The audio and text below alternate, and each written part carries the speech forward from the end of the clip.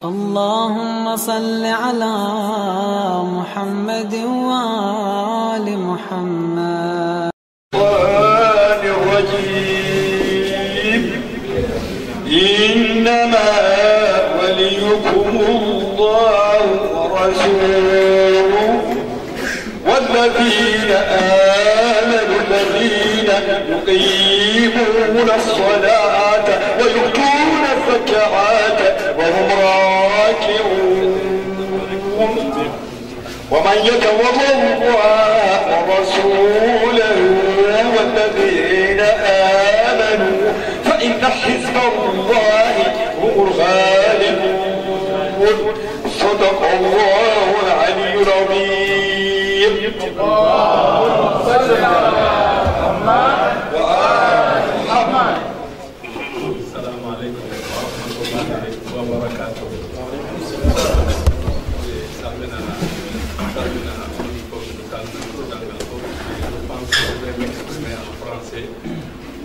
Sûrement vous devez avoir des frères ou des amis ou des personnes qui ne comprennent pas peut-être le Coran.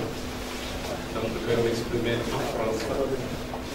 Alors je commence par remercier le président de FEDEF, son vice-président et son équipe, et de m'avoir invité ici.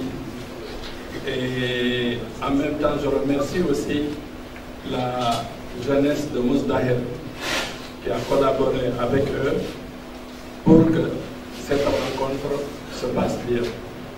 Donc, je remercie vraiment tout le monde.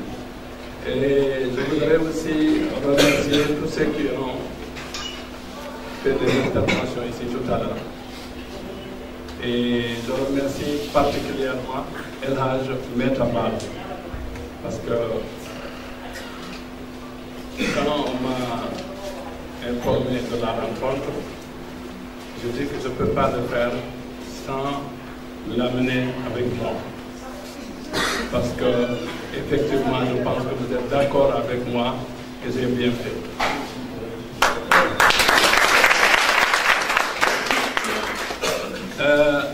Je voudrais rappeler, parce que Dieu même dit dans le Coran,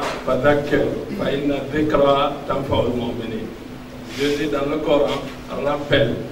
Rappeler aide toujours les croyants. Rappeler c'est quoi? Je voudrais me présenter, essayer de vous donner un aperçu sur l'Institut Mousdahel International. Pourquoi l'Institut Mousdahel International? Qu'est-ce que l'Institut Mousdahel International fait? Alors, moi, comme vous savez, je m'appelle Chérif Mohamed Ali Haïdara. Je suis né à Dar Hijratou, dans le département de Vélingara. Ma mère, c'est la famille Diao. Donc, c'est pour cela, tout à l'heure, quand j'entendais les ballons partout, je n'étais pas très content parce que je n'ai pas vu les gens. Mais c'est pas grave.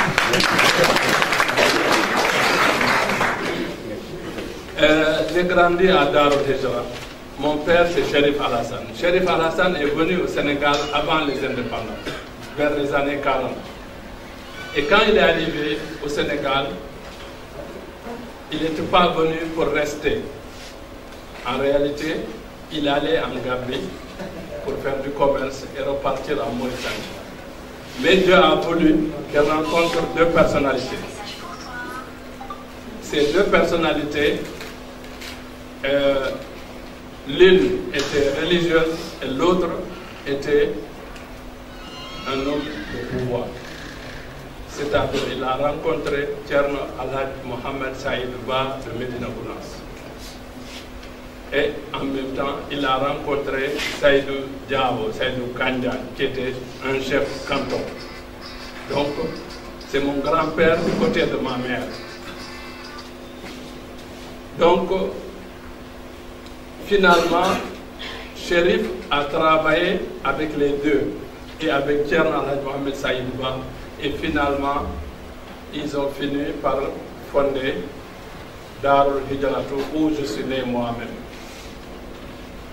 Donc, aujourd'hui, être là devant vous, c'est un grand plaisir pour moi. Parce que d'abord, j'ai vu beaucoup de jeunes ici. Je connais très très bien leurs parents. Certains même, je les reconnais par leurs parents. C'est-à-dire, dès que je vois, je sais ça, il est de cette famille-là.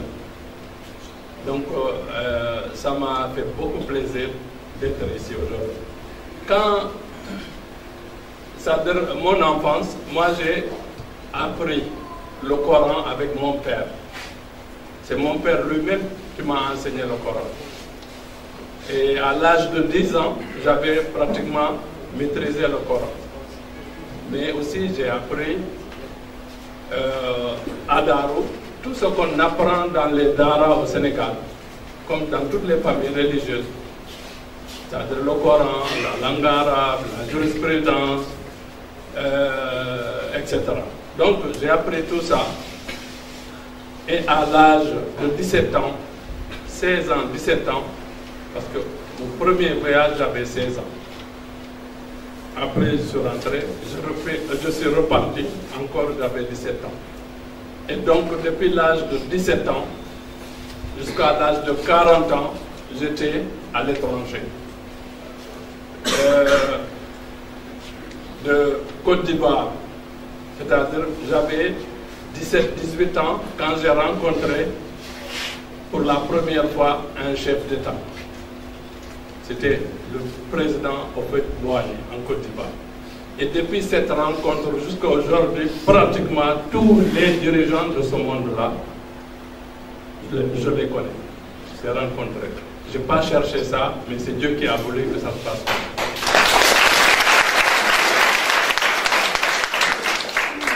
Mais je voulais vous raconter une anecdote de ma jeunesse. Je vous ai dit, j'ai quitté le village, j'avais 16 ans. Pourquoi? Parce que j'avais un très bon niveau en arabe.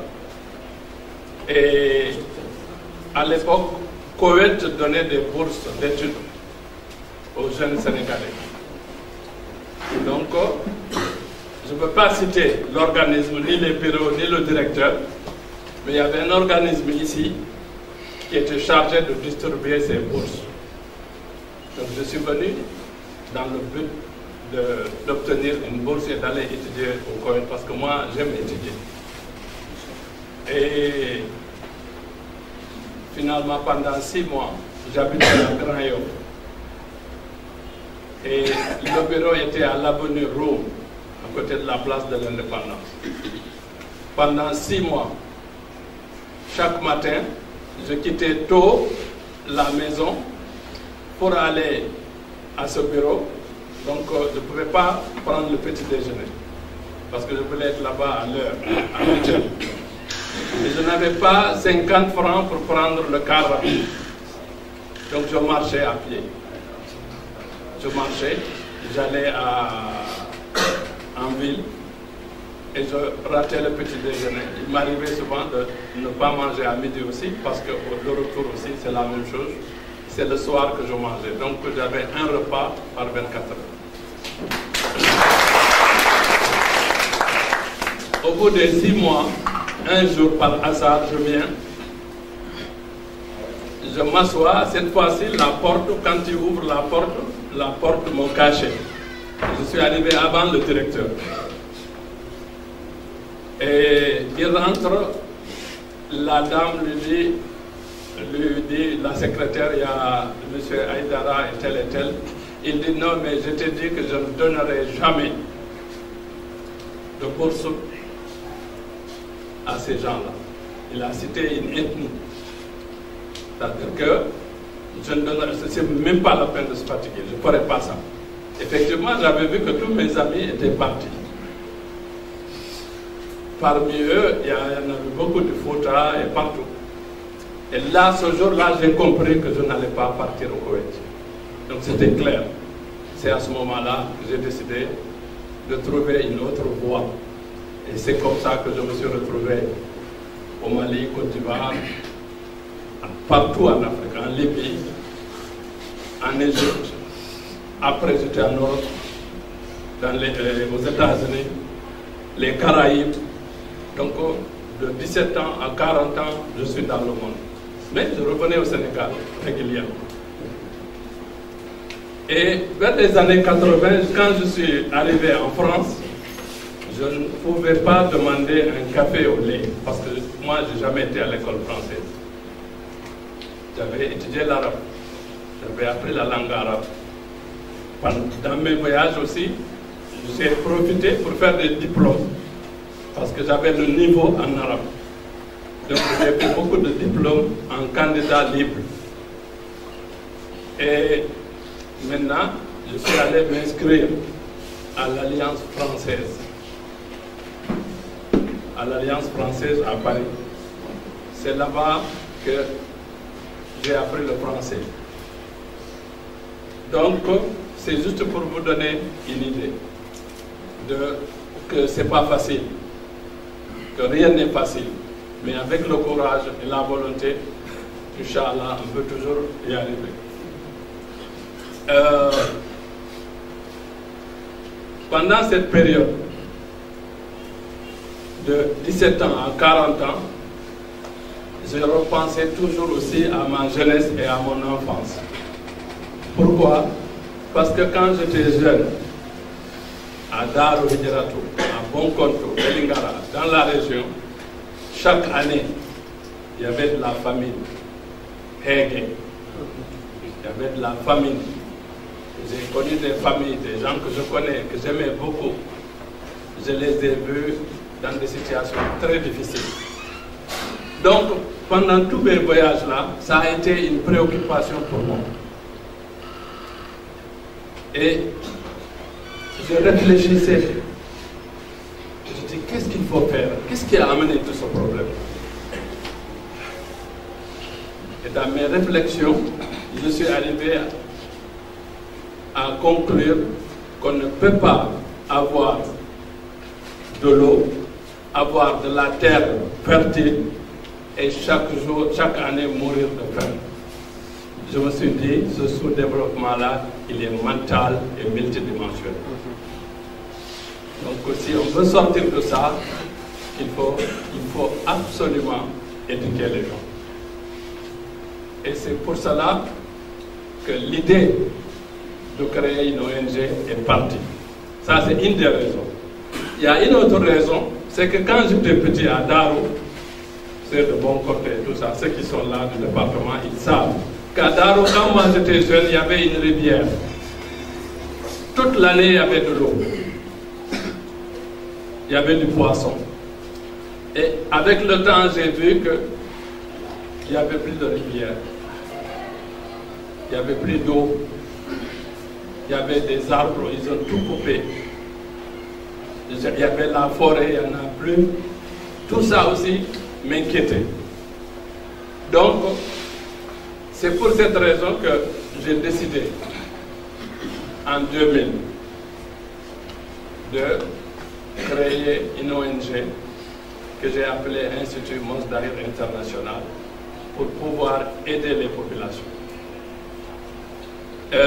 Pourquoi l'ONG? Parce que je voulais travailler de façon légale, de façon formelle. Je ne voulais pas l'informel parce que je pense, moi personnellement, que les lois doivent être respectées, même si c'est des mauvaises lois. Maintenant, quand une loi elle est mauvaise, on la respecte et on se bat pour qu'on la change. C'est comme ça que ça marche.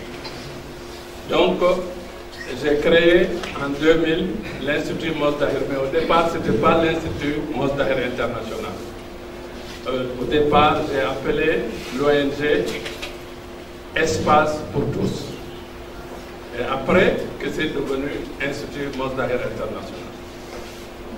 Pour pouvoir aider les gens. Et aujourd'hui, beaucoup de gens pensent que Chérif construit des mosquées. Non. En réalité, à l'occasion, moi, je suis un chérif. Je ne suis pas un chef. Donc, un shérif, c'est moi, tous les musulmans du monde, tous les musulmans, tous les marabouts qui travaillent pour Dieu et pour le prophète, ils travaillent dans le champ de mon grand-père. Donc je les traite de la même manière, mais je vais au-delà de ça, parce que moi je suis un petit-fils de l'imam Ali aussi, qui nous a enseigné qu'il n'y a que 2 types de personnes dans ce monde. 2 types, il n'y a pas 3. C'est soit ton frère dans la foi, dans la religion, ou bien ton semblable dans la création. Donc, dans les 2 cas, tu as les mêmes devoirs et les mêmes droits que tout le monde. Donc, ce qui est important pour moi, ce n'est ni la religion de quelqu'un, ni sa foi, ni sa couleur, ni quoi, mais c'est surtout l'être humain tout court. Et à l'occasion, je voudrais, je pense et je prie pour notre sœur qui est artiste, qui a fait l'accident, qui est décédée. Et je demande la miséricorde de Dieu pour elle. Je reviens sur l'Institut Mozdahir International. L'Institut Mozdahir International, c'est une ONG qui est complètement différente que les autres ONG qui sont là. Parce que Mozdahir n'est pas financé par des États ou par des organismes. Non. C'est parce que pendant 30 ans, j'étais dans le monde. J'étais dans les pays du Golfe, j'étais en Europe, j'étais aux États-Unis. J'ai connu des gens pour d'autres raisons. Et ces gens-là m'ont fait la confiance, ce qui fait que ce sont en quelque sorte des personnes qui me connaissent, pas des entreprises, pas des organismes, pas de l'État, mais c'est des personnes que je connais et qui me connaissent très bien et qui soutiennent mes actions. Donc, c'est eux qui aident l'ONG Mozdahir. Et donc, l'Institut Mozdahir n'est pas une ONG comme les autres. C'est-à-dire que tous les gens aussi qui travaillent à l'Institut Mozdahir travaillent de façon bénévole. Même s'il y a des aides qu'on leur donne, mais le principe est que de travailler de façon bénévole. Donc, nous construisons évidemment des mosquées, mais les gens oublient aussi notre frère, l'artiste. D'ailleurs, c'est à l'occasion, je vous remercie et je reconnais aussi le rôle que vous jouez pour l'éducation, pour aider la société. Comme il vient de dire, il a vu ce que j'ai fait à Kolda. Qu'est-ce que j'ai fait à Kolda? J'ai fait des écoles, j'ai fait un orphelinat. Je pense qu'aujourd'hui, ce que j'ai fait seulement à Kolda, au minimum, il y a 1 milliard là-bas, à Kolda. Et puis, l'Institut Mozdahir est la première ONG de la région. Malgré les grandes puissances des ONG, mais Mozdahir, ses réalisations sont numéro 1 dans la région. Et ça, nous, on fait des rapports annuels, on donne ça à la gouvernance. C'est eux qui déterminent, qui disent, oui, cette ONG-là a investi plus que d'autres. Donc, ce n'est pas à moi. Donc, l'Institut Mozdahir construit des mosquées, mais les mosquées, c'est ce que les gens voient tout le temps. Mais nous, on travaille surtout pour éduquer l'homme, pour le développement de l'homme, c'est-à-dire un développement physique et mental. C'est ça qui nous permet, demain, Inch'Allah, d'aller très, très, très loin. Donc on construit des écoles, et quand on construit des écoles, on appelle l'État, on demande à l'État d'affecter des enseignants, et nous, on s'organise pour donner une éducation religieuse. On fait des projets de développement. Et on a, alhamdulillah, construit, et on a planté plus de 3 millions d'arbres Sénégal. Et c'est des choses que vous pouvez vérifier. C'est pour cela que j'expliquais quand j'étais petit, il y avait des arbres, j'ai vu la forêt complètement décimée. Donc j'ai décidé moi-même de travailler pendant 4 ans. On a planté des arbres au Sénégal. Et nous faisions aussi des forages. On fait des forages, on fait des aides pendant le mois de Ramadan. On fait du social. Aujourd'hui, je pense que c'est par milliers que les personnes sont soignées par l'aide de l'Institut Mos Daher International. Ça, ce n'est pas des paroles en l'air, mais c'est la réalité. Aujourd'hui, nous sommes... L'Institut Mos Daher a un accord de siège avec le gouvernement du Sénégal, ce qui donne à l'Institut Mos Daher un statut diplomatique. Et l'Institut Mos Daher a un accord de siège avec d'autres pays, comme la Côte d'Ivoire, comme la Guinée-Bissau, on est au Mali, on est au Burkina, on est partout en Afrique de l'Ouest. Et ce que nous faisons ici, on fait la même chose dans ces pays-là. Donc là, c'était pour présenter un peu l'Institut Mos Daher International. Maintenant, je voudrais revenir sur maintenant la vision de Mos Daher. Moi, après avoir étudié tout ce qu'on apprend dans les arts, je suis fils d'un shérif qui est très connu. Je suis arrivé en France, je pensais être moi le centre du monde. Quand je suis allé m'inscrire à l'Alliance française, je ne voulais pas qu'on parle de l'islam, parce que je pensais que c'est moi qui connaissais l'islam. Mais à ma grande surprise, j'ai rencontré à l'Alliance française, ça c'est très important, j'ai rencontré des docteurs, des gens qui ont des maîtrises, des doctorats et tout ça, qui sont venus de l'Irak, de la Syrie et autres ailleurs, pour apprendre la langue française. Mais eux déjà, ils avaient fini leurs études supérieures. Mais à chaque fois que je disais quelque chose sur l'islam, pour moi, ce que je disais, c'était évident. Mais il me disait, non, chéri, c'est pas ça, c'est pas la vérité. C'est quoi ça?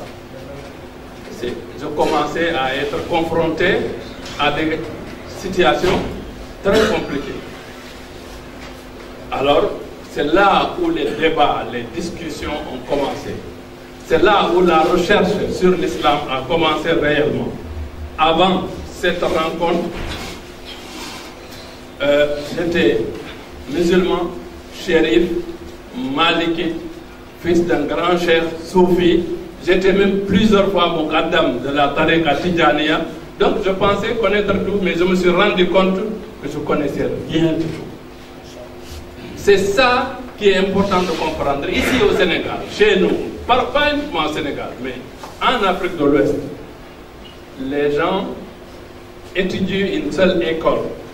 Et quand ils finissent ce programme-là, au cas de Kogando, on dit, ah, celui-là c'est un grand savant. Alors qu'il y a plusieurs écoles de l'islam. Il y a beaucoup de choses à apprendre. Et c'est là où je me suis rendu compte que je devais encore faire beaucoup plus de recherches. Et j'ai fait beaucoup de recherches. Et à la fin de mes recherches, j'ai pris une décision. La décision, c'était non seulement je suis en train d'aider, je veux aider les gens sur le plan matériel, parce que je viens de vous raconter les problèmes, les situations de la famine, les forêts détruites, mais je me suis rendu compte que c'est les esprits même qui sont détruits, ce n'était pas les forêts.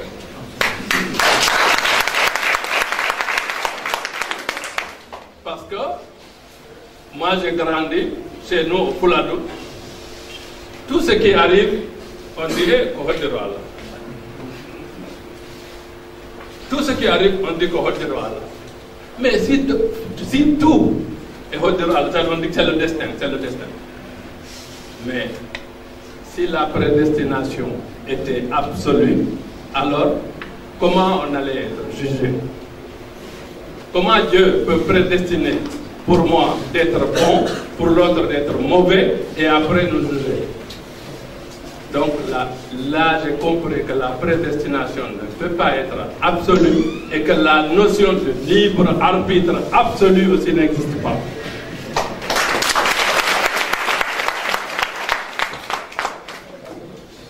Donc ça m'a réconforté et j'ai écrit un livre. Et quand j'ai écrit le livre, pendant ce temps-là, j'avais déjà créé l'ONG. Aujourd'hui, l'Institut Mos Daher a plus de 200 étudiants boursiers qui sont hors du Sénégal, aujourd'hui, au moment où je vous parle.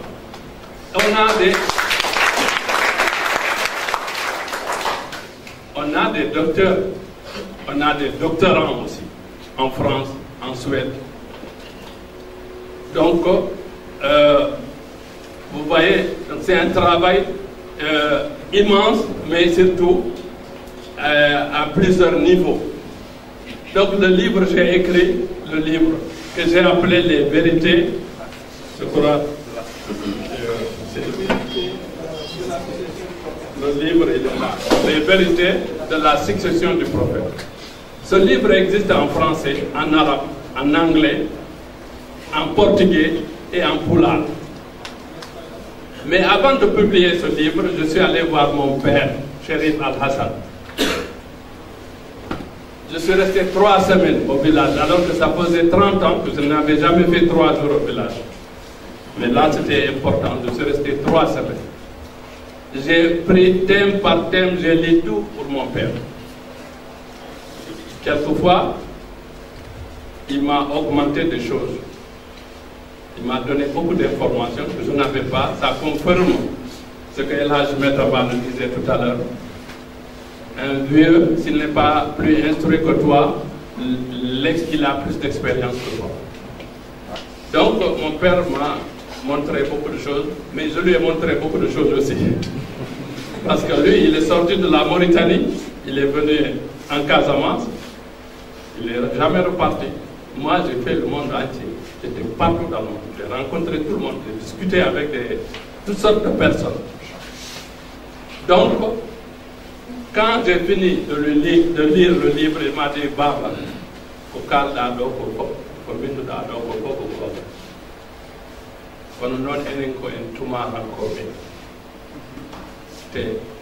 aux questions, il m'a dit, mon fils, tout ce que tu as dit est vrai dans ce livre. Mais nous, on est des étrangers, on est des Toumaranké. Donc moi, si tu me vois aujourd'hui rester ici, c'est pour avoir la paix. C'est de vivre en paix et protéger ma foi. C'est pour cela que je suis ici à Darou Hijra. Sinon, je serais rentré chez moi. Quand j'ai quitté mon père, je suis sorti de Darou. J'ai dit, mais ce livre-là, je vais le publier. Parce que Sirif Alassane, on dit Toumaranké, mais on a mis Toumaranké. Mais à ce qu'il je suis de Fouladou. Ma mère est de Fouladou.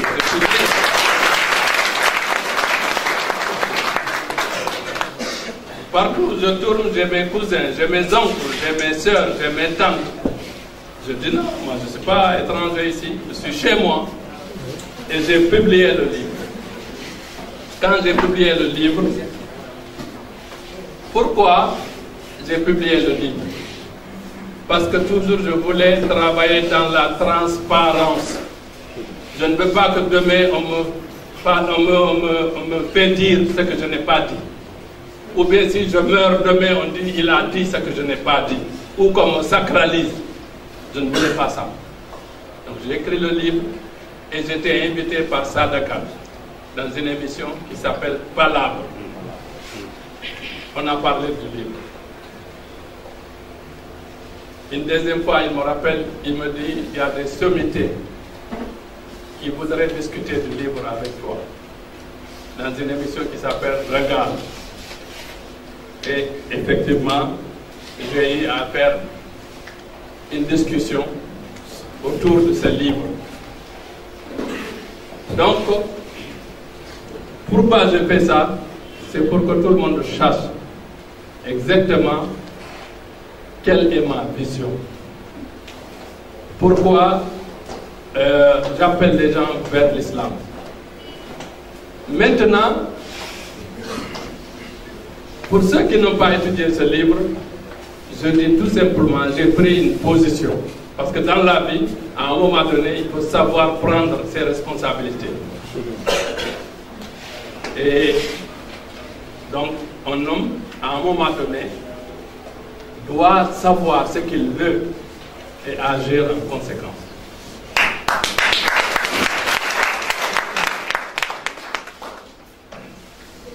J'ai lu, quand j'étais petit, quand on m'a enseigné l'islam, on m'a enseigné beaucoup, on m'a fait entendre beaucoup de choses.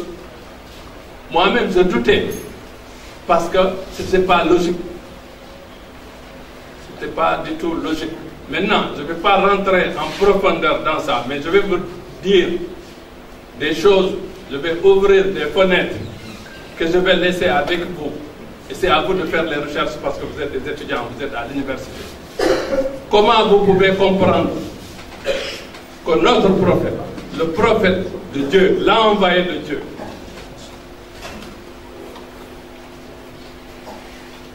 au moment de sa mort, il laisse que 4 personnes, les plus chères pour lui. Son cousin, qu'il a élevé, qui est son gendre, qui est l'imam Ali. L'imam Ali, il est né dans la Kaaba. Il a été élevé dans la maison du prophète. Il a été martyrisé dans la mosquée. C'est ça sa vie. Et c'était le cousin et le gendre du prophète. Et avant qu'il ne soit né, ses parents avaient décidé que si l'enfant est né, ils vont donner ça à Mohammed, au prophète. Et quand l'enfant est né, on lui a donné l'enfant, il a lavé l'enfant, il a prédit que quand il va mourir, que c'est cet enfant-là qui va le laver. Et c'est exactement ce qui s'est passé. Mais vous tous ici aujourd'hui, comment vous pouvez comprendre que le prophète, Dieu l'envoie, avec une mission aussi importante que l'islam, et qu'il décède sans laisser un successeur? Un. Deuxièmement, et qu'il décède qu'on tue son cousin, on tue sa fille, Fatima, on tue son petit-fils Al-Hassan, et on massacre la quasi-totalité de sa famille pratiquement à Karbala en coupant la tête de son petit-fils Imam Hussein qu'il embrassait tous les jours. Et les mêmes personnes qui ont été tuées n'ont pas été tuées par des juifs, ni par des chrétiens, ni par des athées.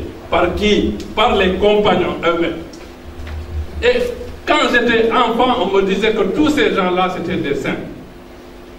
Aujourd'hui, comment on peut comprendre que ceux qui ont tué et ceux qui ont été tués sont tous bons? Ça veut dire que moi, là où je suis, je peux tuer Magnon et que Magnon est bon, moi je suis bon. Hakil Jabtal, Al-Aql Salim, la raison n'accepte pas ça. Donc, aujourd'hui, vous les étudiants, ne travaillez pas seulement pour ce monde aussi. Parce que le prophète a dit travailler pour ce monde comme si vous allez vivre toujours. Comme si vous allez vivre tout le temps. Et travailler pour l'au-delà comme si vous allez mourir demain. Donc c'est pour cela que je vous parle de la religion. Parce que nous, on ne doit pas travailler seulement pour ce monde-là, mais on doit travailler aussi pour l'au-delà. La question que je pose, essayez de savoir qui a tué ces enfants du prophète. Qui ils sont? Pourquoi ils ont fait ça? Et quel rôle ils ont joué dans l'islam que nous pratiquons aujourd'hui. Ça, il faut que vous fassiez ces recherches-là. Et en faisant ces recherches, vous allez comprendre exactement qu'en réalité, si on avait l'islam vrai, originel et authentique, on ne serait pas comme nous sommes aujourd'hui. Pourquoi? Je l'ai répété souvent. J'ai dit, en Inde, vous avez plus de 800 croyances. Vous avez plus de 150 religions en Inde. Mais ils vivent tous ensemble en paix. Nous, les musulmans, nous avons un seul Dieu, un seul prophète, un seul Coran, une seule Qibla. Donc, malgré tout ça, tu vois un musulman qui vient, il trouve l'autre là qui dit Allahu Akbar en train de prier. Lui aussi il dit Allahu Akbar, il le tue. Est-ce que, comment on peut expliquer ça? Aujourd'hui, si vous regardez, nous on dit que l'islam est la meilleure religion, on dit que l'islam est le meilleur système de société. Mais la réalité c'est quoi? C'est que même quand vous avez chaud, c'est le blanc qui fabrique le ventilateur pour vous. Quand vous avez des maux de tête, il faut aller chercher des Doliprane, ce n'est pas fabriqué chez nous. Et quand on regarde aujourd'hui, partout où il y a des guerres, c'est les musulmans. Partout où il y a des maladies, c'est les musulmans. Partout où il y a la pauvreté, c'est les musulmans. Partout où il y a l'ignorance, c'est les musulmans. Et nous voulons dire qu'on est meilleur. Oui, l'islam est meilleur. Mais nous, est-ce qu'on est de bons musulmans? Est-ce qu'on a le bon message? Est-ce qu'on a le bon message? Attention, le prophète, pendant les 20 ans de la révélation, 13 ans, il n'a rien fait pratiquement à la Mecque. On lui a empêché de tout faire. Je ne vais pas tarder sur ça. 10 ans à Médine, il a fait 83 guerres défensives. Toutes ces guerres-là, c'était défensif. Il n'a jamais attaqué quelqu'un parce que Dieu lui a dit, Ya Muhammad, tu n'es qu'un avertisseur. Innama anta munzir, lasta alayhim bi musaytir. Tu n'as pas obligation de forcer qui que ce soit. Pourquoi? Parce que le premier prophète que Dieu a envoyé à l'être humain, c'est son intelligence. Donc il a dit à Mohammed, transmets le message, man sha'a falyu'min wa man sha'a falyakfur. Celui qui veut, il croit. Celui qui veut, il ne croit pas. Ça, c'est une chose. Imaginez, pendant 10 ans, 83 guerres, divisez ça sur 10. Ça veut dire que chaque mois, il y avait une guerre. Donc, à quel moment le prophète a eu le temps de former un compagnon qui s'est converti déjà, qui est adulte, à connaître l'islam? Les seules personnes qui l'avaient formé bien comme vous êtes en train de le faire, c'était sa famille, les membres de sa famille. Parce que c'est eux qui ont vécu les 23 ans nécessaires pour être docteur en quelque chose. Regardez les études aujourd'hui. 7 ans primaire, 7 ans secondaire, après 7 ans à l'université. Combien? 23 ans. Vous avez 2 ans pour écrire la mémoire. 23 ans. On dit, ah, lui, il est docteur en telle chose, docteur en diplomatie, docteur en médecine, docteur en... Alors les docteurs que le prophète avait formés, c'est eux qui ont été massacrés après la mort du prophète. Et les gens qui ont tué la famille du prophète, c'est eux qui ont fait les conquêtes. C'est eux qui sont allés rencontrer des Perses, des Turcs, des Africains, leur dire, dites Ashhadu an la ilaha illallah, Ashhadu anna Muhammad Rasulullah. Tu poses des questions, on coupe ta tête, on prend ta femme et tes enfants. Ça, c'est pas l'islam de Mohammed. C'est pas l'islam de mon grand-père.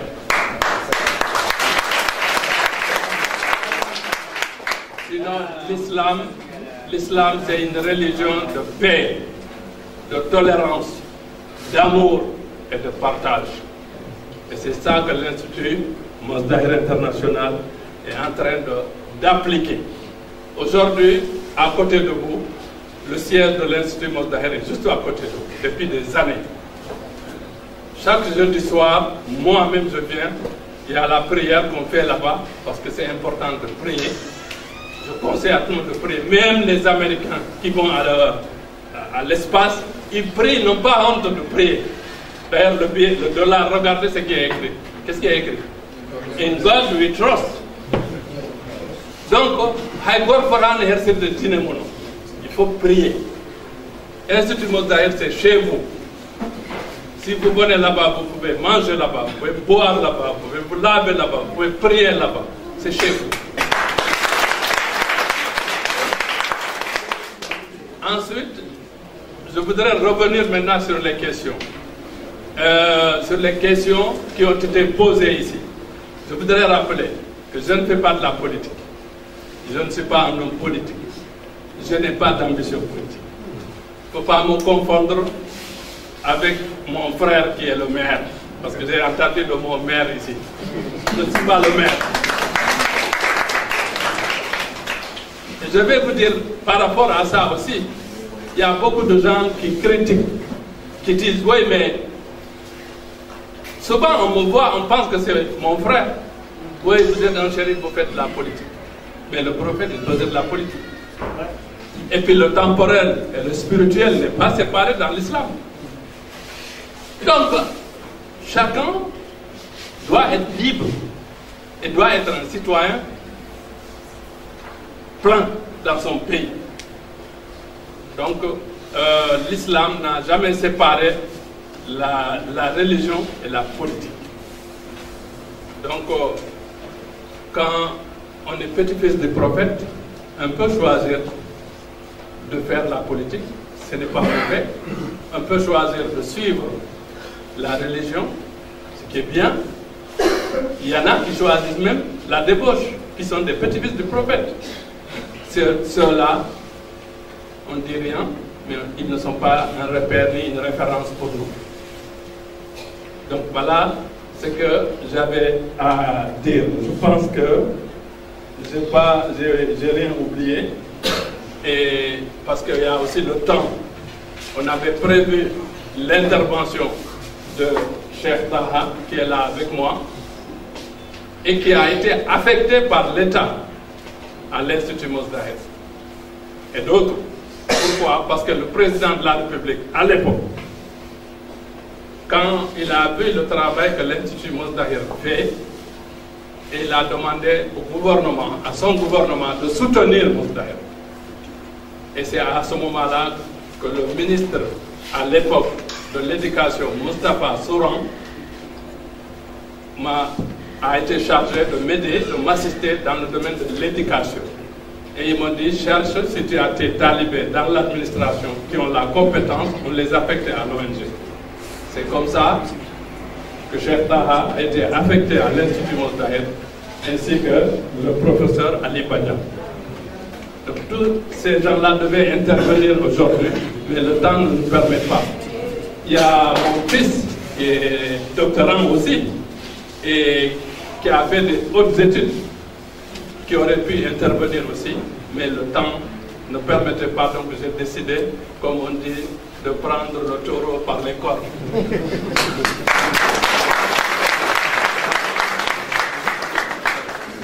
Donc,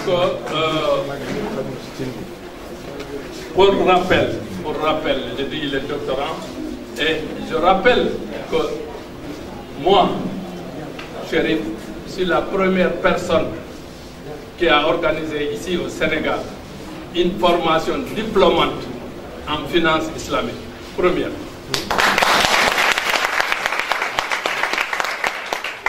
Je l'ai fait au César.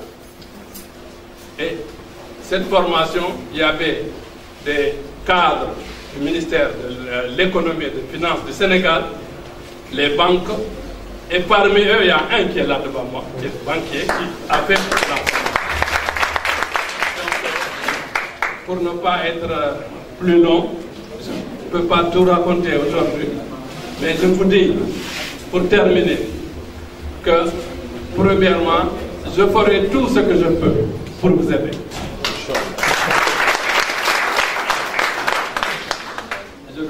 Je je vais raconter une anecdote. Je le fais en français.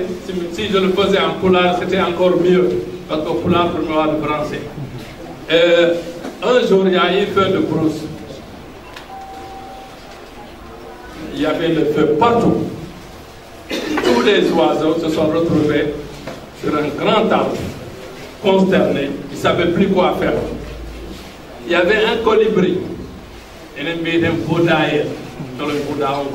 Un colibri qui allait à la mer prendre une goutte d'eau et qui venait jeter dans le feu.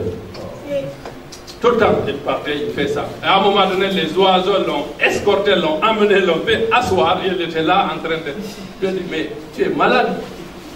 Toi, qu'est-ce que tu fais là? Tu penses que tu peux éteindre le feu là? Le colibri a dit, oui, je sais que je ne peux pas éteindre le feu. Mais au moins, j'aurais fait ma part. Donc moi aussi, Chérif, je ne peux pas régler tous les problèmes. Mais je vais faire ma part.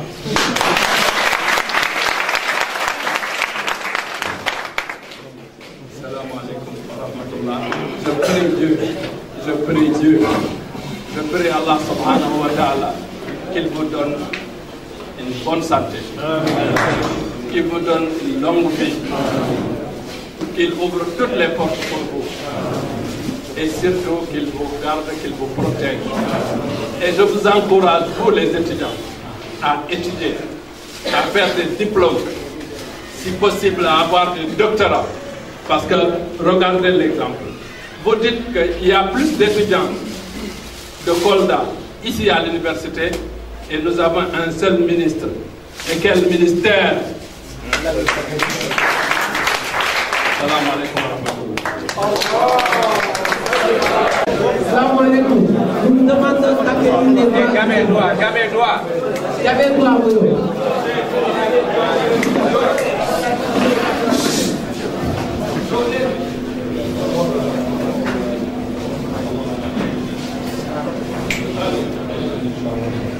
فإنك الكافر العافي والله الوفاء برحمتك يا رب العالمين. اللهم صل على محمد وآل محمد. اللهم صل على محمد وآل محمد.